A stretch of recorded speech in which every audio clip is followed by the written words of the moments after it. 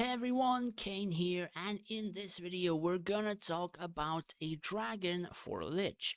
Now, there are a couple of dragons which you can use for Lich, and certainly Azure Dragon is one of the worser choices that you can have.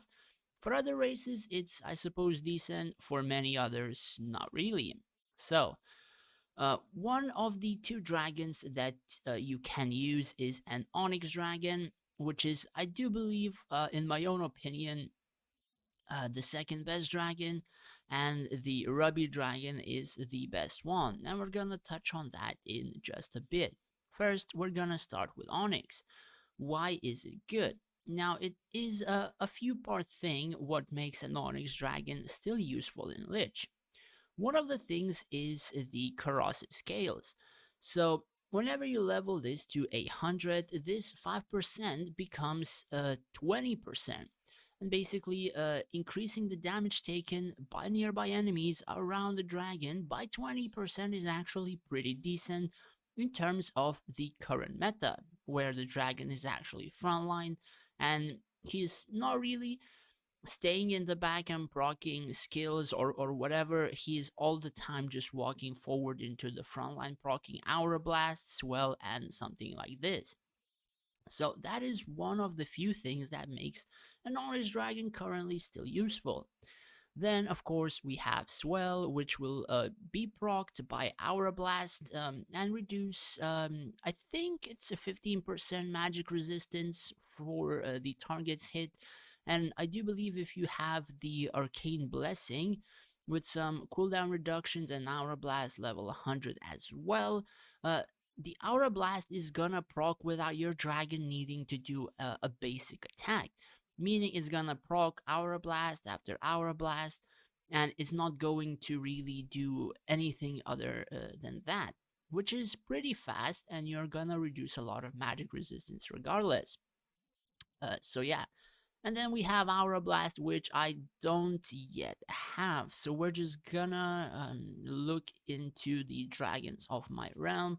I know one guy who has it, so we're just gonna quickly check on that. Yeah. So what the Aura Blast does is it acts sort of like a repulse, right? But it is even long range damage, and anyone hit by the Aura Blast takes increased 15 plus 20% damage taken, so that's 35. So around the dragon, you will have 35 plus 20 increased damage taken, so that's like 55%. Plus, of course, around Dragon, Swell will also proc. So any frontline army around the Dragon is just going to drop in seconds. And that is what the current Lich formation is doing or trying to do. However, there is another reason why people would use, let's say, an Onyx Dragon. The other one is the Eternal Void. Now, probably a lot of people may not understand it as well as I do. However, for every non-summoned unit or melee unit that falls in battle, they have a 10% chance to summon a small black hole, something like a Cleo's black hole. And if you're playing Lich with 6 squads of skeletons, let me just show you. One squad is 38, so 6 times like 38, it's about 230 if my math doesn't really leave me or whatever. So yeah, about 230 times chances to proc a black hole. And I'm not sure it's if the resurrection actually counts as a summon as well, meaning if they would be resurrected, then they have more chances to summon and stuff like that. Some fights I've seen like 20 plus black holes appearing in the fight, both in the front line and in the back line. Now, there is another thing to touch on this, that most of these black holes are going to appear on the front line, meaning you are able to snipe some of the, I suppose, stronger heroes of the enemy or core gladiators, depending which type of, let's say, stage in the game you're at. Because for the early game, this dragon is just too wild and he just clears entire army just by himself. when you reach destruction 109. In middle to late meta, he doesn't really do damage. However, he can have incredible amounts of CC that would like deny damage from enemy archers, potentially kill Sage or General heroes in the backline by spawning that black hole and doing true damage through Draconic and all those kinds of things. So merely this dragon would be pretty awesome for the scales without needing to proc specific skills to get damage increased.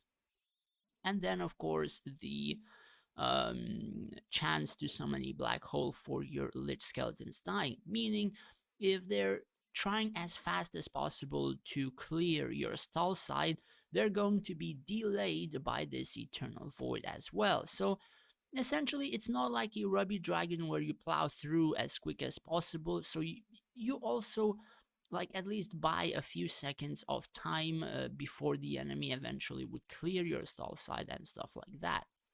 So yeah, I'm gonna use this because most of the dragons that I ever do make, like I am kind of lucky, I suppose, when it comes to different features. But when it comes to dragons, like the last 30 dragons, the first skill I ever put on dragon, it literally removed the hero predation. Like literally the last 30 dragons.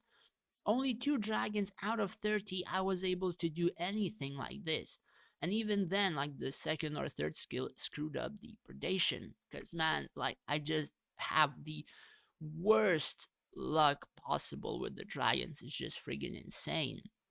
And then, of course, the Ruby Dragon. So, out of all of the skills, you would require a hero predation that I have on the Onyx Dragon, and also, like, literally other dragons. It's a must have for PvP.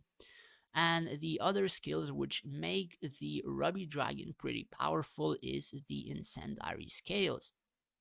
The thing is, this ability is a few part thing which can improve the damage of your mages. Now, what this says is it's not really increasing like 6 times more damage. It's mainly like this ability is buffing this sentence right here. So any damage dealt by allied units enhanced by 0.015. I do believe at level 100 this turns to 1.5% ish, and then that 6 times would turn to like 9% question mark. I haven't really seen it, but I do think people said like 6 or 9% increased damage, something like that. So we're just gonna take that as like I suppose an example. And it also does some damage, but, and I do mean but, it also procs one of the draconic abilities, which kind of increases the damage of your Valerie. Now we have to find it. It's the elemental corrosion. Upon dealing burning damage or freezing or lightning, reduces the corresponding elemental resistance of the target by 1 stack, increasing the damage it takes by 5%, max 15 stacks. So essentially, the dragon or Ruby Dragon walks forward, it will start doing aura blasts, and the thing about the incendiary scales, right? One moment. The thing about the incendiary scales, it does not have an animation proc, right? It does have like a like a view, like it appears that something is like pulsing from the dragon, right? But it doesn't have like a fixed animation that your dragon has to do for it to do damage. So or rather it meaning your dragon can be mid aura blast proc, like mid animation, lifting his leg and then stomping it on the ground. And during that animation, incendiary scales can proc, pulsing another wave of damage and fire resistance reduction, and also pulsing the magic swell as well. Again, mid other animation skills, which is kind of important because if this has a fixed interval of proccing, then you're gonna be proccing this swell very, very quickly with a Ruby Dragon, increasing the magic damage taken by majority, or rather, increasing the damage your mages do by a very, very huge amount in like a very short amount of time. And that is also why the mages do tend to break through incredibly quickly. Now, do keep in mind the Aura Blast, of course, plays a very huge part in both of these dragons. So if you don't have an Aura Blast, it's not going to be as effective as like something else. The Aura Blast literally increases like even your mage damage and all that kind of stuff, and that damage helps you remove things with incredible speed, like not even joking. Like those army units just fall so quickly. It probably you're gonna start beating people like at least 1 to 2 to maybe 3 million core above you with something like that. However, there are of course counters to this particular formation. We're not gonna touch on the counters, at least at the moment, since I actually want to benefit from this formation as well. So we're just gonna leave this video in terms of the dragons, which dragons you should use, which dragons can help you, and stuff like that. So personally, for now, whenever I get the Aura Blast in like the next week, I will be using an Onyx.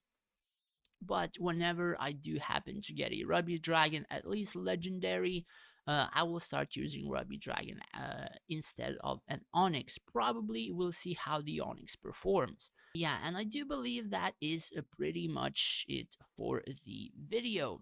If you found it helpful or useful, do hit that subscribe button. It would really help me out. Thanks for watching, guys. Take care and stay safe out there.